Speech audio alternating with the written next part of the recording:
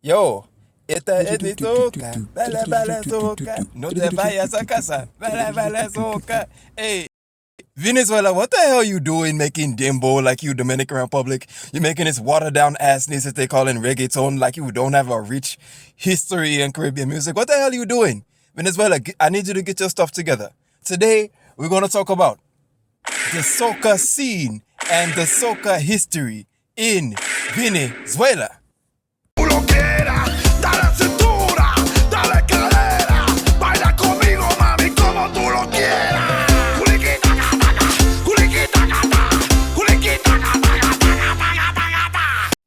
Yeah, ever since I made that first video ever so long ago, people said, yo, tell me more about Venezuelan soca, like I really want to hear about this. So I said, you know what, let's expound upon it. Every time I go on a soca party, unless you're in somewhere like New York or possibly Miami, you would always notice like a surprising lack of Venezuelans, which is interesting because, you know, there's Venezuelans everywhere because they have this large diaspora, but you never really see too many Venezuelans in the soca parties, in the Caribbean parties.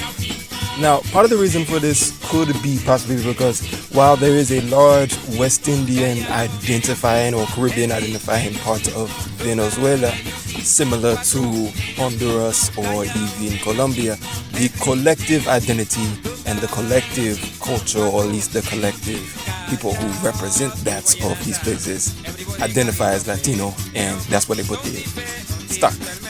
It could be. And it's weird because when it comes to Venezuelans in the soca scene, in the Calypso scene, it's not like the instance of Puerto Rico or an instance of like Mexico where they make it like reggaeton, where they taking something that wasn't originally theirs and they're replacing the face of it. They were just as much a part of the culture of Calypso when it first came out, of early soca when it first came out. They were just as much a part of it as everybody else.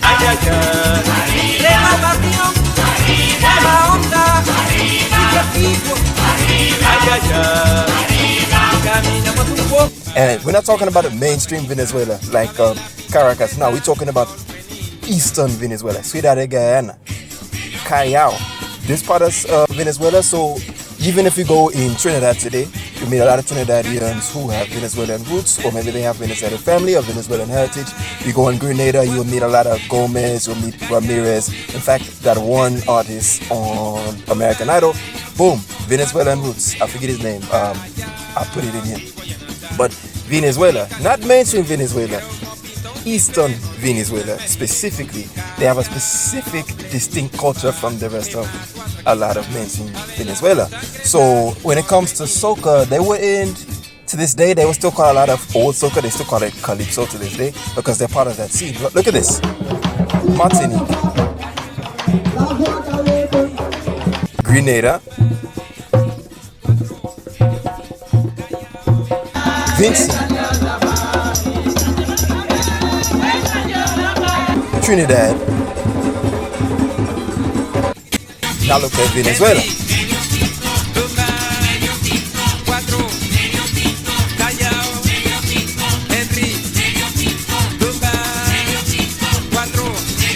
Venezuela even has a patois speaking community, and they've historically had patois and Creole speakers. Et tout le temps qu'à garder moi. Gardez bien quand tu gardes moi. Pas coin papa moi. Pas coin. Bon Dieu quoi. Là nous fini. Tu es kako. To the point where even in the same way how in Trinidad English Creole or Grenadian English Creole or a lot of the English Creoles of the Eastern Caribbean have a lot of French Creole slangs within their words, Venezuelans have the exact same slangs to the point where they know what these words mean. So when it comes to the Calypso scene and Calypso and soca music, it's not like they're copying a culture. It's not like they're stealing something. It's not like they're absorbing something and making it their own. They're just as much a part of it, but you don't see their scene rising with the rest of the soca parties, and you don't see as much participation and much, you know. But whenever you look into their history, you start to see what the hell. It will make you ask, what the hell is Venezuela doing making reggaeton? What the hell is Venezuela? Don't be grifters. You have a strong heritage in music. You have a strong heritage in especially the Calypso and Soca scene. You see now, if if Venezuela was to really jump on it, I find they could really push the sound and the culture to entirely next level. It's entirely next level because they have what the rest of the Caribbean culture is lacking, and that is a large diaspora. The only drawback would come with it is maybe it would get the same effects that happened with reggaeton, whereas originally it was a very much Afro music. And after that, once it really spread to the majority of Latin America, it doesn't look like what it used to look like. For instance, reggaeton in Panama. But rest assured, and don't get it twisted, Calypso and Soca has very much always been a thing in Venezuela. Now let's get on to the people. To this day, they have Juve parties when you go to the carnival. Venezuela have multiple carnivals depending on the city you're in, but you go on the eastern side, it's very much Eastern Caribbean, very much West Indian, which makes me rethink the terminologies like Latino and all these things. Because if we really identified by culture, a lot of these countries would identify more West Indian or Caribbean than actually Latino. Now that's another video for another day. But let's get on to the history and the distinct sound of Venezuelan soca. So in Este el azúcar, yo la llevo a la sangre. Y cuando canto, te hago mover. Mi ritmo es lo que te hace vibrar. No ves tu cuerpo, que lo quiero tocar. Dale pa' abajo, dale con sweet. Dale pa' abajo, brincando aquí. Hip, hip, dale pa' abajo. Who are like the forefathers or the forerunners of Venezuelan soca. And number one is Balico. Now, Balico is very much the Machel Montano or the Tal Pri or the Asa Bantan of the Venezuelan soca scene. This guy, when you say Venezuelan soca, he's the first name that should come out of your mouth. And there's one song that he has in particular, and I find it made and set the foundation for the Venezuelan soca sound to the modern era this day. Well, that song was La Soltera. Now, La Soltera has a very distinct intro. And after that intro, you see it everywhere. Like all the way up until 2024, you'll see that intro or variation to that intro.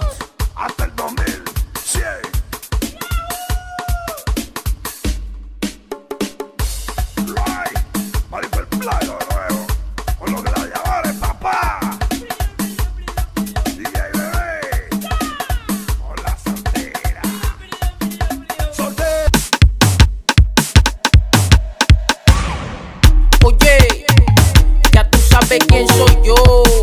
Yayan, dímelo. Ya, escucha lo que le voy a decir. John King de Maturín. Bebe, hoy se gasta, hoy se bebe, el combo se gasta. Hoy se bebe, dímelo, Taide, se gasta. DJ bebe.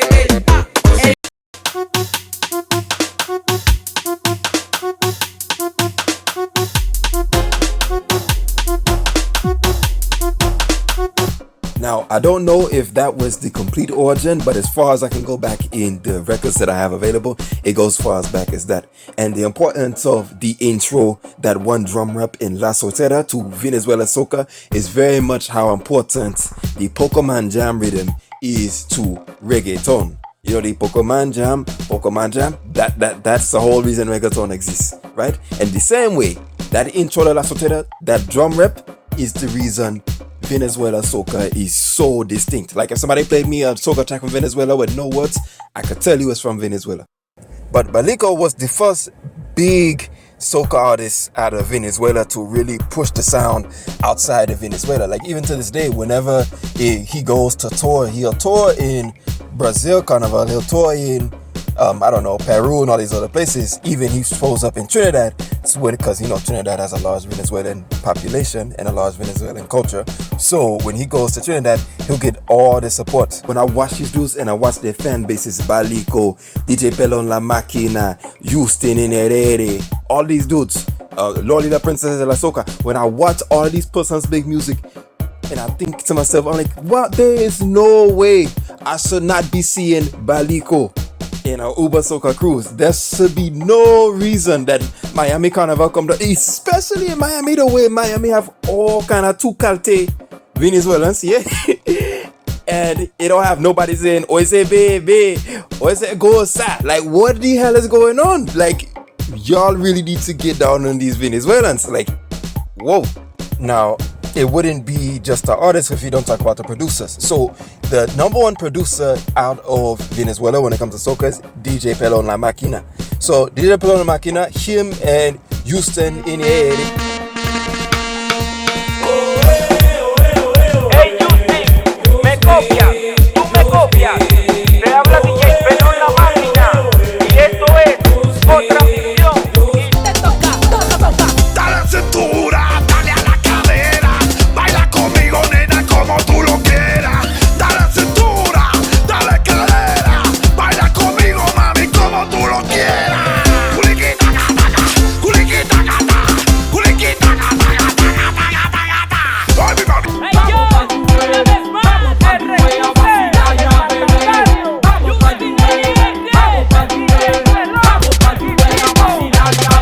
Échale agua, pica, dale, pica, dale, pica, dale, pica. Guayna, guayna, guayna, guayna, así que salsa, muévete y rebota. The next person you need to know when it comes to this foundation of Venezuelan soca is Loli. Loli, la princesa de la soca. Like, DJ la toca, todos se desenfrenan y no paran de bailar. Y la bailan, y la cantan, y la bailan, y no paran de bailar. Y la bailan, y la cantan, y la bailan. Es que no quieren parar. Bailan. anytime you hear like a little girly voice and she have this distinct, she has this very distinct La princesa de la soca, Loli. Yo me fui por la autopista con mi carrito a pasear. Yo me fui por la autopista con mi carrito a pasear. Esta es mi soca. Baila, baila soca. Soca, soca de William. Baila, baila soca. No te vayas a cansar. Baila. So you know when she comes because she always come in, Loli, la princesa de la soca. Oh my gosh, and it's so catchy. It's so catchy. And what I love most about Venezuelan soca is, you see, as Trinidad soca started to evolve, they got away from a little bit from the traditional sound, even though it still somewhat exists. Venezuela took the traditional sound of Calypso that turned into soca, but they expounded upon that traditional sound. So had soca not went the way it did in its modern stages and they continued to do what they did, I find it would sound a lot what Venezuela sounds much to this day. And I'd really love to see like DJs, if you're listening, producers, if you're listening, we want to see more Venezuelan artists. Venezuelans, I want to see more of you in the soca party. Corolla bien parqueado, no quiero chisme, tampoco envidia. Borro llamadas que me fastidian, buscando un Oscar, estoy en la piña, ligando whisky con un huevín. Hoy quiero calle, hoy quiero fiesta. Ok, ella y el primo, esta es la dosis, otra más, esto es de clásico y dice, tú estás grandota atrás, está buenota.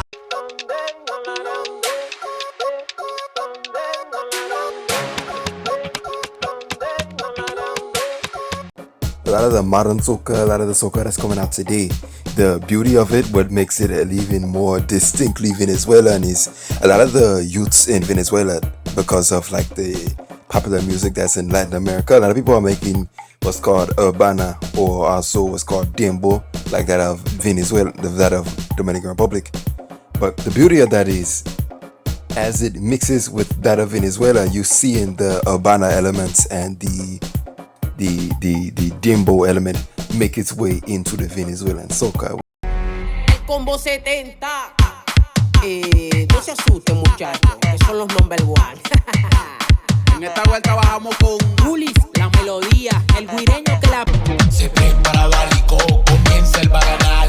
No te quedes en tu casa, que Justin va a cantar. Viniteta encendidas, las brujas disfrazadas. También llegó Plom. Which helps it make its own kind of flavor. I'll end with this. As soca music is becoming a lot more popular, know that it is going to get absorbed by Latin America. And I would love it if it was Venezuela that absorbed it fully, rather than somewhere that's inauthentic to the genre. Because if it's someone in authentic genre like Daddy Yankee or maybe somebody like Tekashi 69 or Bad Bunny, when they take it and they absorb it, best believe they're gonna claim it for themselves. So I'll end with that.